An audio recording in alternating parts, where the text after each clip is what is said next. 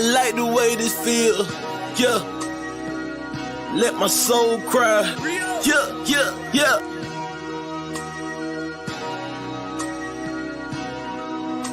Minister, we gonna speak from the heart on this one.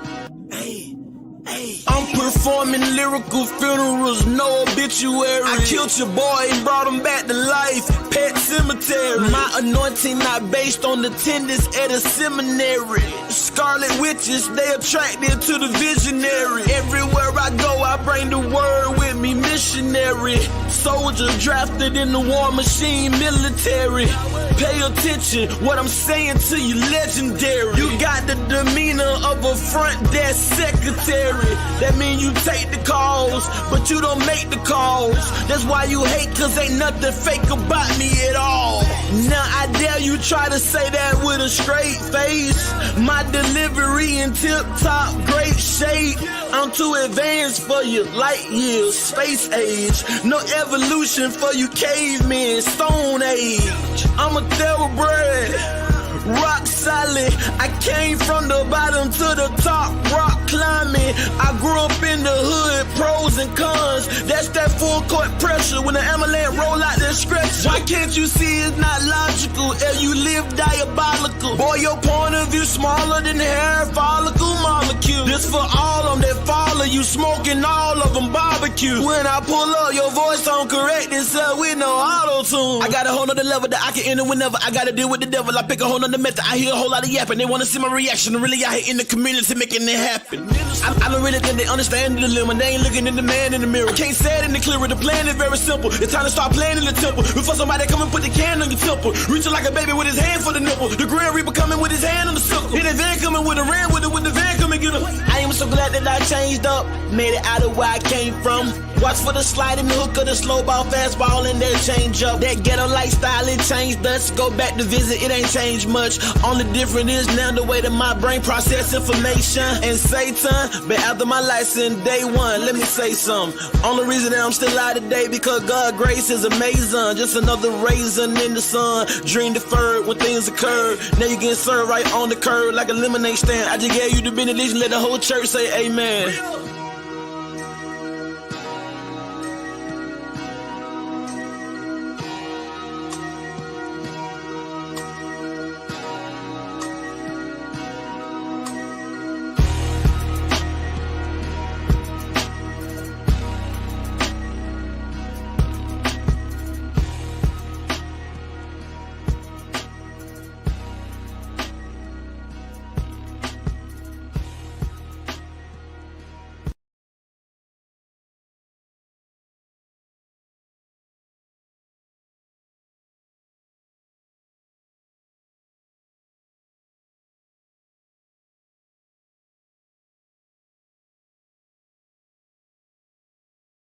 And I just want to say quickly, thank you, Operation Cuteness, for the support for the super chat.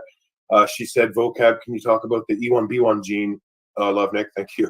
I don't know, we'll probably get there. I don't know if she's saying the gene right, but well, okay, so that is where that's a perfect segue to have me kind of chill and let G-Kon speak. That exact question she just asked. So G-Kon, you just let me know if you need me, and because someone brought up E1B1A. So right, and so I'm actually E1B1A on my paternal side. Hey, G-Kon, I was wondering if you could maybe give people just like a quick introduction about your background and stuff, because like this is the first time I ever met you. Maybe a lot of my subs ever met you too. So if you don't mind. You got the email on his face. Can you put me down there? Oh, sorry, bro. Yeah. Sorry. You can't see his the bottom of his beautiful beard. Yeah, I meant to do that actually when people are talking. I just got that up there, guys. If anyone wants to come on the show and has questions, that's my email on the screen. So send me an email and I'll send you a link. Sorry, go ahead. So I used to be a Black Hebrew Israelite just as well. I want to say 2002, around that time, or 2001 actually, in that area. And so I was dealing with, we didn't deal with the Old Testament. It was more so what Yahweh ben Yahweh. I mean, we didn't deal with the New Testament. It was more so Yahweh ben Yahweh. And so I got into that at a young age. And you know, I was in it for like, I want to say probably 2 or 3 years. Well, I'm gonna say 4 years actually. And so during that time, I was taught a lot of things concerning you know, a lot of hate, basically. You know, a lot of hate. You know, against other nations, against Africans. You know, because they sold us to the white man. That's what I was told. That's what, you know, I was learning at that time. And so I hated the Africans. And so we used to talk about Africans, and then we used to talk about also whites just as well. And so I came up out of that because I started studying a little bit when it comes to Isaiah 53 concerning the Messiah. And so when I went and asked him about, hey, this looked like this is talking about Jesus, who, you know, this in the New Testament. And so they couldn't answer that. And so I started going through a plethora of other scriptures in Isaiah. And so that's what made me kind of get out of that. Plus, I couldn't find myself to have a level of hatred that they wanted me to have. So I felt myself to where I was actually faking, which a lot of the Hebrew Israelites actually do, because they would never, if they seen a white baby or an African baby, you know what I'm saying, let that baby starve or sit outside. Some of them would, you know what I'm saying, but a lot of them that was faking like I was, they wouldn't do those things. They would help that child out. And so that's how I see myself. I didn't see myself as being having that type of hatred in me. So I felt like I was being fake. That's when I really, I'm sorry. Sorry, man. I was going to say that's a good quality that you wouldn't let a baby starve. Right. And so, yeah, exactly. And so that's when I really came out of a lot of that and became a Christian. I had a lady who used to talk to me a lot, and she introduced me to her brother. He would take me to church. And from then on, I just, you know, been speaking against a lot of those ways, a lot of those falsely taught things, and ran across vocab and Faithful and a couple of other people, you know what I'm saying? But prior to that, years after down the line, like I say, it's been, you know, I met them around what's it been 4 years vocab, probably 3 years, around 3 to 4 years, I believe. This is kind of off topic, but someone just made a super chat, so thank you. They just want to know, can a non-Israelite be a part of the 144K? Like, I just also answer and get it out of the way. I just because it's a super chat. Like, what do you think about that? Just a quick answer. Me and vocab kind of differ on that. My position is that a non-Israelite cannot be part of the 144K. That they are a evangelistical group at that time within the tribulation that brings a lot of souls to Christ. Sorry to get you off topic. I just kind of like to try and honor those. So, but yeah, continue, man, with your story. And we were talking about E1B1, I think. Right? You wanted to speak on that about the 100? Yeah. If I could drop a link, I'm gonna drop a link in the live chat because G-Kon and I went on Sister Cherry's platform. Okay. And we actually discussed this exact thing. I think it was a very profitable, good discussion. Okay. I gave my perspective, and then G-Kon shared his view, and so you get to hear both views. We discussed that passage in detail. I think we were probably on there for an hour or more. Nice. I'll send that link. I'm gonna find it right now while he's talking. I'm gonna drop in the live chat. Sounds good. Yeah, that was a great conversation that we definitely had. And so but yeah, so that's kind of like how I got up out of that. And as far as the question about E1B1A, like I say, that most of that's EV38, or I think they call it, what do they call it? They call it EV38, right? That subclass that you see is where I'm actually from, but it originates out of Africa. And so the problem is when somebody say that E1B1A is a Israelite marker, it's a problem with that, because you should at least you should at least have something that originate outside of Africa. Why? Because Israelites, according to the biblical text, wasn't born in Africa. Yeah, they went to Africa, and they picked up markers, but they wasn't born in Africa. So the closest we get is like E3 markers. But then you have E1B1. Now E1B1 you find to where it's going to be one in the Levant area. You're going to have E1B1 in North Africa just as well. But when you look at most African Americans, they don't have, like me, I don't have E1B1, but you should have E1B1 if you say that you are an Israelite, or you should have, you know, some J markers, J2 markers, K markers. Then most people got G markers, I markers. these are markers that originate outside of Africa. So then they'll say on the maternal line, they'll say things like L3 markers, but they originate in Africa and then they spread across. But even with that, you still is not consistent with what we see in the biblical text tracing in geographical areas of markers that that Israelites are people who are Middle Eastern have picked up on their chromosomes from these geographical locations. When you go to these areas, you'll pick up mutations on your chromosomes we pass down to your children, whether it's on the Y or the X chromosome. And once you accumulate those mutations, they can look at those they can look at those pairs and look at the like you said, a biological clock. They call it a biological clock, to where the within the genome there was something that triggered that was different, that they might have picked up a mutation outside of the norm or either in the norm, whether it's through sexual selection, it might be through climate, diet, environment. And so you can look at some of these groups, and once you look at some of these mutations, they're outside of Africa.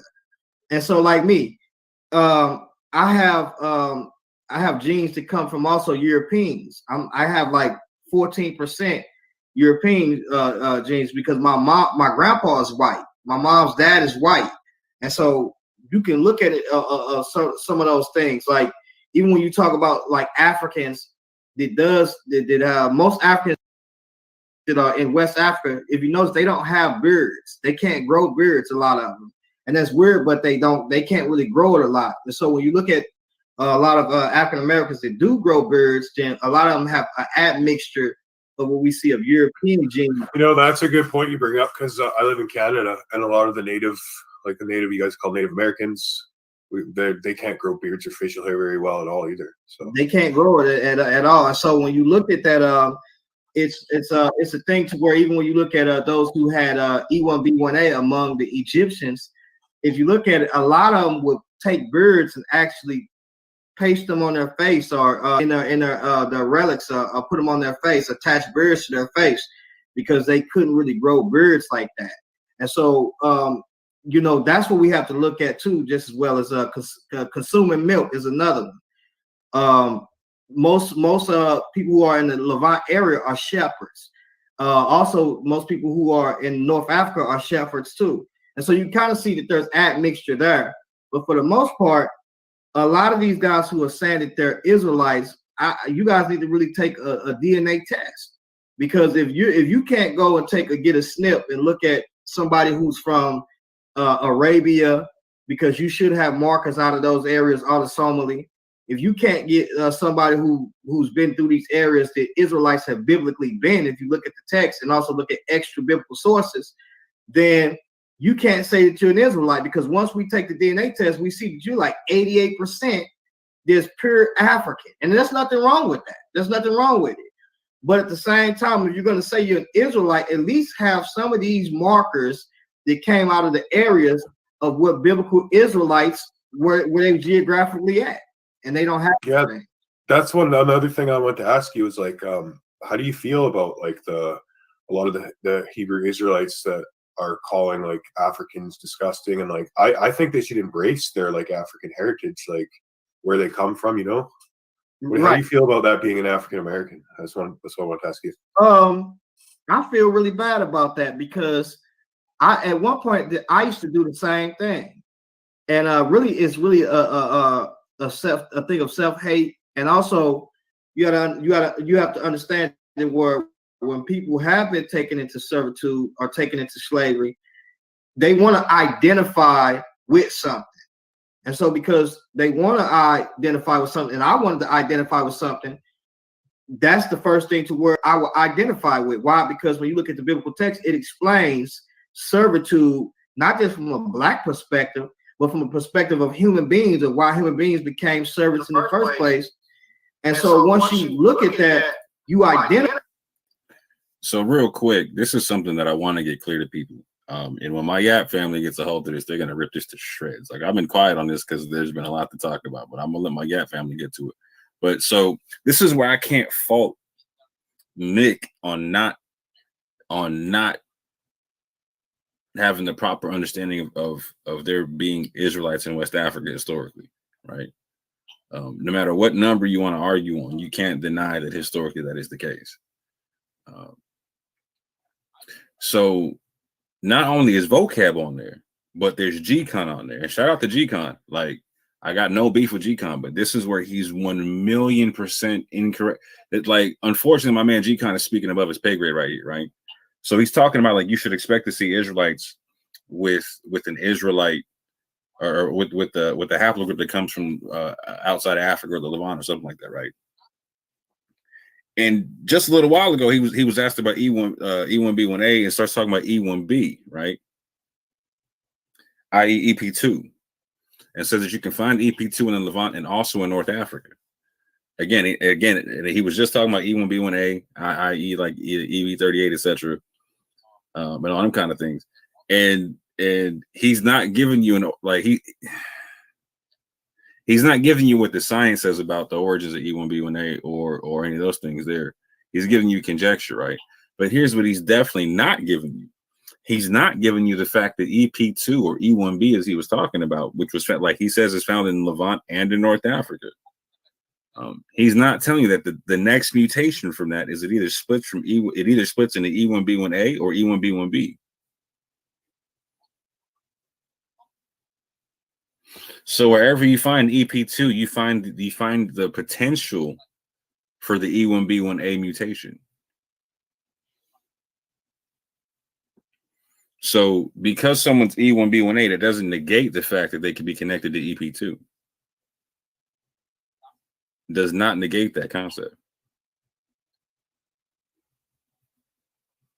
But that nuance isn't being broken down. Like, so my man vocab was going through papers talking about the Kohei-Moto haplotype, right? And getting into the minutia and nuance of all that, but was not given the flip arguments and given the same nuance to other arguments and whatnot, like what needs to be done here. So I can't fault my man Nick for not understanding the information, because like right now Nick's just answering an honest question, like, so why don't they just connect to their African heritage or whatnot? And here's the false dichotomy. The false dichotomy is that connecting to that you can't be Israelite and African, or that an Israelite tradition is un-African, because they're negating the fact that there was an Israelite tradition in West Africa.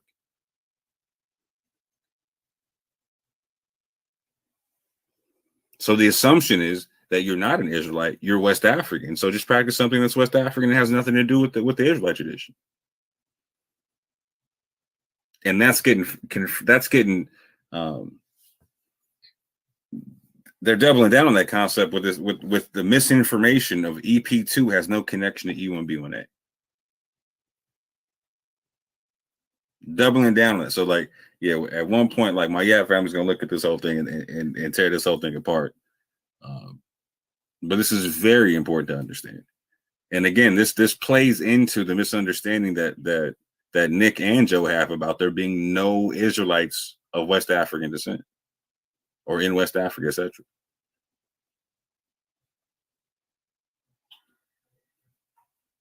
Hence, they reject the claim out of hand when Gideon talks about the concept coming from West Africa. Anyway, I'm going to let it keep playing.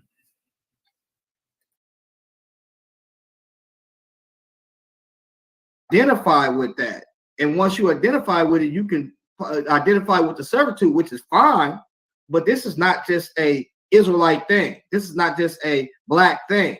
Servitude came into place after the fall of Adam. When you look at Adam, when he fell, he became into servitude. Whether if he's tilling the ground, it's going to bring forth harsh times.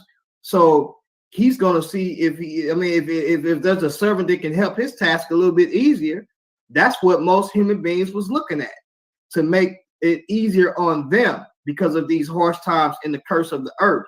And so when you look at that, I felt really bad to look and see and say that I can look at my ancestors and really say, I hate them, and then say, well, I don't come from them because of certain things of how they live. Well, I'm going to say this, and then I'm going to let vocab go in. But when you look at African cultures, when you look at cultures that are not just African cultures, but cultures who are more so, I'm gonna say, more so nature bound, naturally bound. A lot of these people, they live off the land, and a lot of things that we care about as Americans, as being civilized, we do so more so of destroying the earth just as well. You know what I'm saying? And even though they live more so in a primitive way, it's more so closely to a natural based type of lifestyle. And there's nothing wrong with that. Whereas we get upset with that, we look and we say, well, these people are so primitive or whatever case may be, which is not a bad thing. But then also when we look at people who are civilized, that's a great thing if they civilized. To each his own. But for the most part, I'm not going to judge somebody because I realize it. I say, well, these people may be on a sense they're not dealing with modern science, or they're not dealing with certain things. They may be dealing with some type of tradition or whatever the case may be. But for the most part, I'm not ashamed of who I come from or where I come from, because when I look at what traditionally what Africans have brought forth, you have your Africans that have also been high advanced in civilization for us East Africans and North Africans. And then when you start talking about people who went farther west, they didn't deal with a lot of gold. Really didn't mean too much to them to where they'll trade you for gold. They use it for their idols, but whereas we do certain things with gold, whatever the case may be, or silvers. And so I'm not ashamed of none of those things. I believe that to each his own, but for the most part, in Christ is where I basically identify at. And that's what was best for me too. When I read the Bible, I found that my identity to be in Christ. Now I'm gonna say this, and people might get upset with what I'm about to say, but Christ is asking you to do something normally that a person who's been traditionally in rooted in their ancestors types of beliefs that they wouldn't want to do, and that he's asking you to follow him. And so when he asks you to follow him, a lot of those traditions that wasn't right traditions that Christ is asking you to lay those things down, like Paul did. A lot of these traditions and certain things that he counted it as dumb to come to Christ.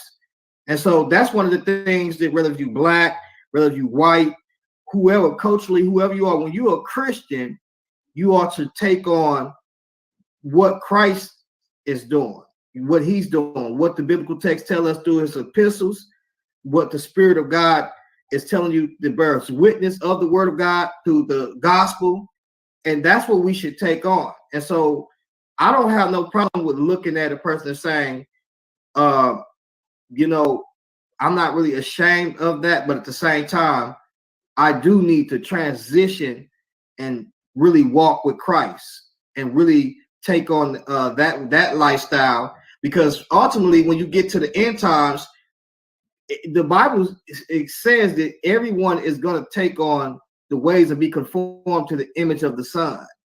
So that's something we might want to think about. Yeah, you might be holding on those things right now, but when you come to Christ, you need to count a lot of those things as dumb, and really follow Christ. Not saying that a lot of those things are wrong, because some of those things that we see, the natural man have things that are concerning God, it is in him by nature. But a lot of those other things is just not really good. So that's what I got to say about that. Good stuff.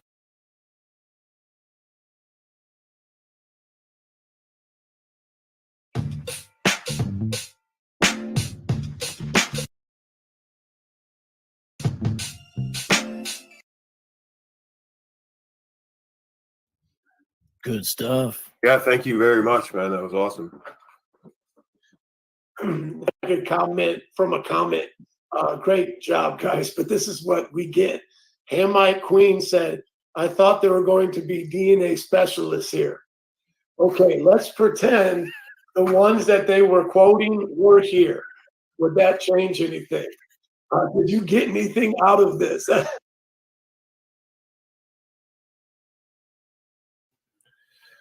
So this is where I got a huge problem with some of the so this is where me and G-Kon got to square something away. Yeah. And so, G-Kon, I'm gonna search you out, bro, because we got to have this conversation in public, fam. We got to talk this one out. So, I want to go back to something that was said. So my G Nick said, why don't they just identify, like, why don't they identify with their African heritage or whatnot? Okay. So how many of them would be Christian coming from West Africa? How many would be Muslim coming from West Africa? How many would be Jewish coming from West Africa? How many would be practicing African spirituality coming from West Africa? How many would be practicing Reformed Christianity coming from West Africa? Absolutely zero. Absolutely zero. But you know what we can't show?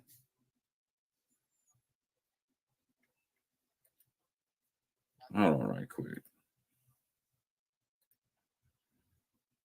Let me do it to you like this.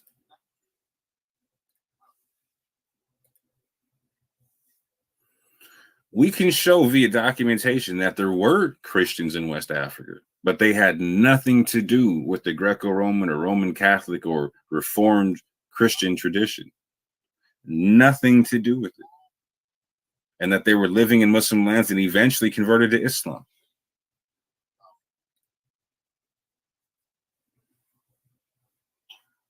We can show this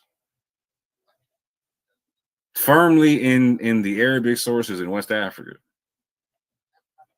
recorded by the Muslims. I've shown this stuff on my channel multiple times. Yeah. We can clearly see that in West Africa, in a kingdom called Takrur, that there was a Christian part of West Africa. And y'all can pause this up and read this stuff as you want. I'm not going to read this stuff. I'm just going to let it be in the background as I'm talking. But there's a Christian kingdom of Takrur that is rich in gold, so rich that they supply a Muslim king with so much gold that when he goes on Hajj and goes to Egypt on his way to Mecca, he drops so much gold that it affects the gold price for a decade. And that king says, yeah, like we can't make the gold mines produce. Like someone asked him, why don't you just go take the gold mines from the people in Takrur? He's like, nah. Like A, they're Christians there, but B, like we tried taking it before. And when we take the mines don't produce like when they have control of it. So we let them take control of it and we take the taxation basically. And they're so powerful that they're even being said to be oppressive in the area. That they're actually being able to push back on the Muslim dominance of the area. And this is before Western colonial contact. And this is an area, Takrur is in between Senegal and Mauritania. Now here's the inconvenient truth about these sources. These same sources talk about a Jewish kingdom to the south of Takrur called Lamland.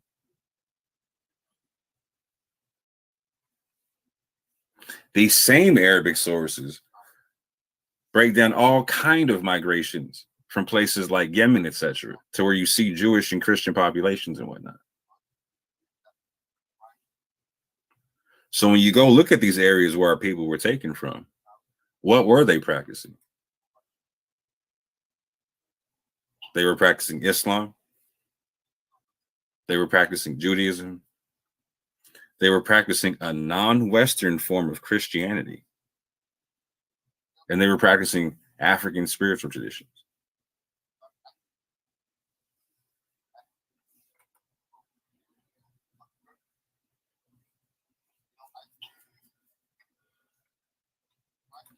And we know for a fact,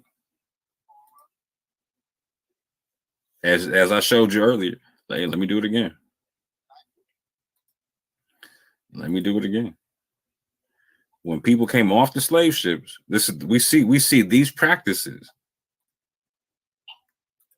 we see these practices here in the Americas, in low country Christianity traditions, looking very much so out of the Bible or out of an Eastern tradition.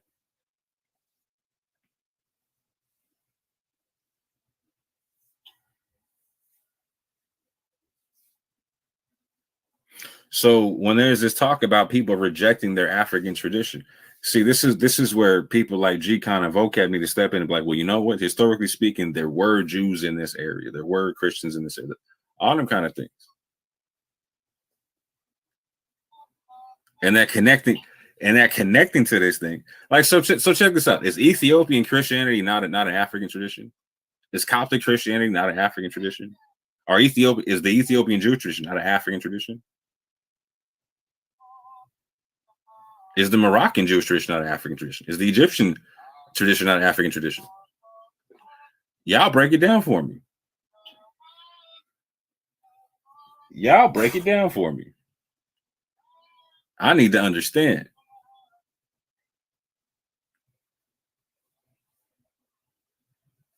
So were the Jews in Lamb? Was that not an African Jewish tradition? Or were they Orthodox European Jews living in West Africa? Or somehow some Mizrahi Jews who were no longer Mizrahi Jews in West Africa?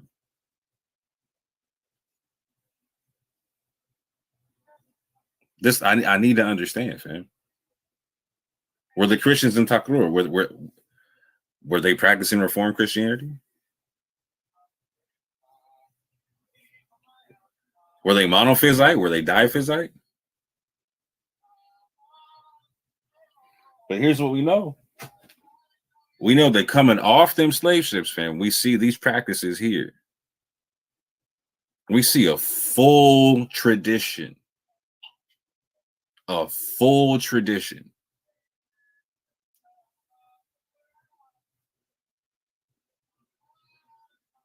So if I practice this, am I anti-African? Am I denying my African heritage? If I choose to walk away from Calvinism, from the Catholic Church and from Protestant Christianity and do this, am I rejecting Christianity?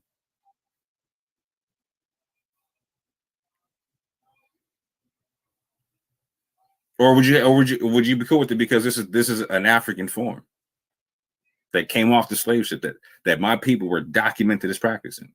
That my people were documented as practicing. This comes out of their mouth, from their oral tradition. This is what they told me through their story and their tongue, what they practice.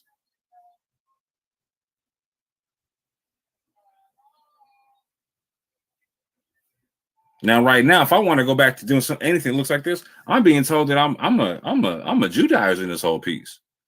But you know what? This looks strikingly similar to Christianity in Ethiopia. Strikingly similar to the types of Christianity that were coming over to West Africa at certain portions of time, and certain migrations and whatnot.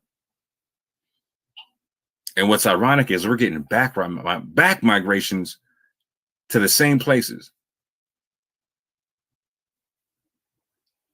There's people in Ethiopia right now called Takarir because they're being called the people of Takrur from West Africa, migrating back to Ethiopia. And what the Ethiopians call them is their ancient West African name of Takrur. So they call them Takrir. Takrir.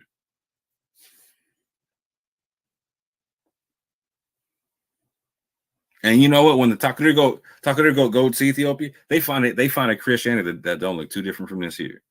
Like what people say, the most Jewish looking of Christianities.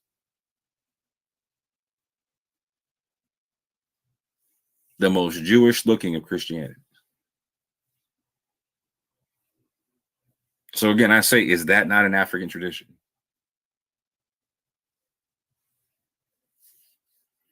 So when it comes to this right here, Nick, I'm not even mad at you. All right? You should have got better information right here. You don't know this here. And people like G-Kon and vocab, right? They know.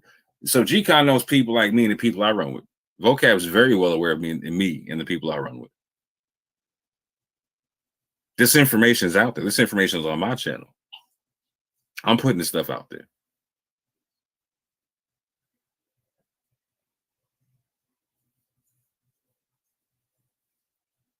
This is what I'm saying. I got no issue repping Christianity in the sense where, like, you know what, that's actually like when people like when the conscious community says that's not an African tradition. No, it's an African tradition, man. And y'all just denied that it was.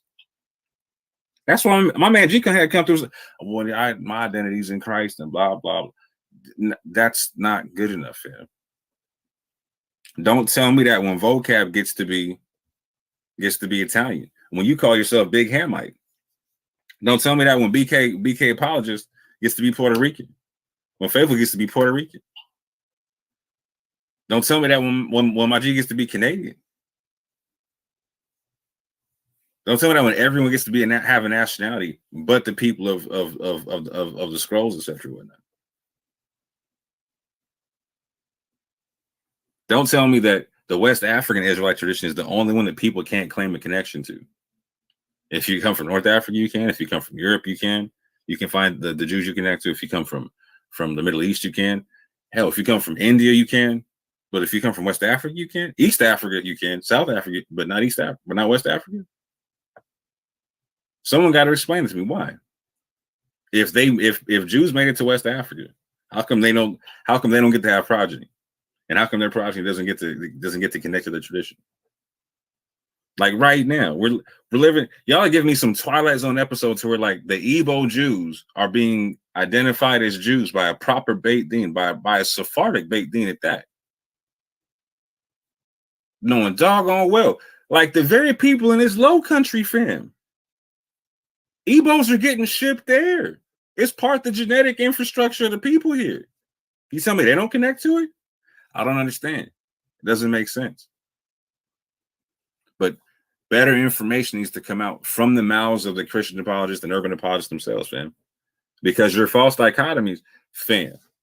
If the camps start remixing what me and my people are saying about genetics and history and start using it on y'all got nothing at that juncture. Like, we're being nice with it. Me and mines are being nice with it. We're not even coming for y'all with the information. We're just trying to give it to our people. Don't let these camps remix this stuff. There's people trying to remix my stuff already, remix my people's stuff already, fam. And we see them doing it.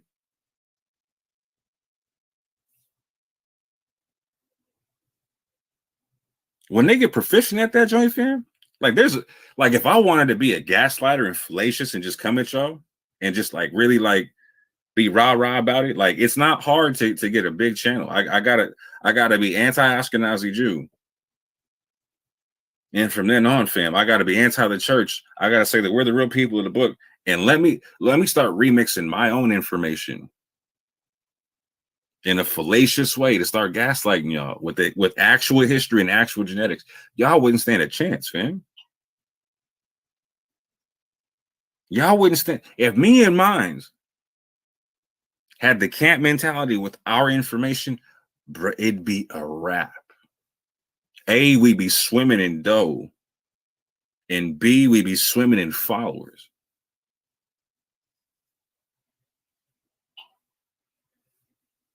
The camps are already passing y'all up, and they don't even have our information, fam. They're just going off the fact that y'all are coming at them like hypocrites. And that's what this stuff sounds like. So when my G says, why don't they just be satisfied with being African? How do you feel about them denying their African heritage? And then G-Kon comes back with saying, yeah, I find my identity in Christ. Wait a minute. So is that or is that not your African heritage? I'm trying to understand. Is that you accepting your African heritage or denying your African heritage? Because I'm out here defending the fact that you can be African and Christian as part of your thing. Are y'all? Because you didn't even tell him that. You didn't tell that to Nick. And that's why I can't be mad at Nick on this one, because he's not getting the full picture. He's getting a false dichotomy. Starting at a fallacy. Where's he going to end? A fallacy.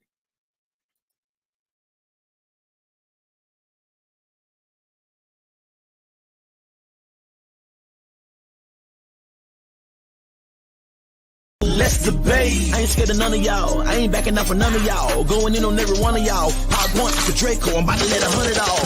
Let's debate. This where the stars shine bright. It's time to decide where your side of the line is. This is our life, so please be reminded. Everything you say, we will rewind it. Highlight your soundbite when we find it. Hindsight, your eyesight is not blinded. My life and timeline, a real diamond. Now go find you someone to co-sign. It's on site, you low life with no light. And I don't write to go with your neck bow tight. And there's no light with every day they go by. And I don't mind being the guy that you don't like. In high demand, I supply the web. I'm a fly guy, no spider web. You see a flight of stairs, there's an idol there. They won't work for life, but they'll hire death. But I'd rather listen to my higher self. Meditate and take me to a higher realm. If the education board diagram give me funny feelings in my diaphragm. And the medication full of fire ants. Council culture, counsel your entire camp. Lead by example, they responding to me, reading every letter like an eye exam. My descendants sing entire hymns. My ideals cry from the highest tier. Drug addicts weeping, that's the highest tier. But there's a need for knowledge, that's when I appear. And they do not teach this in college. They make us an offer and see we compete with the scholars. But we are not bothered by mammon. It's all in the fan. Just imagine the famine affecting your family. Global pandemic infecting your family. Satellite image can't pick up humanity. Newer technology, purpose abolished to grow in the flowers organically. This where the scientists intersect with desireness, intellect and the dialect. Like upgrade biotech, and we ain't even read your bio yet. You way up there, nosebleed. You done make it to the postseason. I beat you, it wasn't close neither. Now I'm back to hunt you like your old demon. Your entire premise worn out like old sneakers, blown out like old speakers, thrown out like old leaders. Pay attention what the soul teaches. Now that the price of gold cheaper, but the gold deeper this season, folks.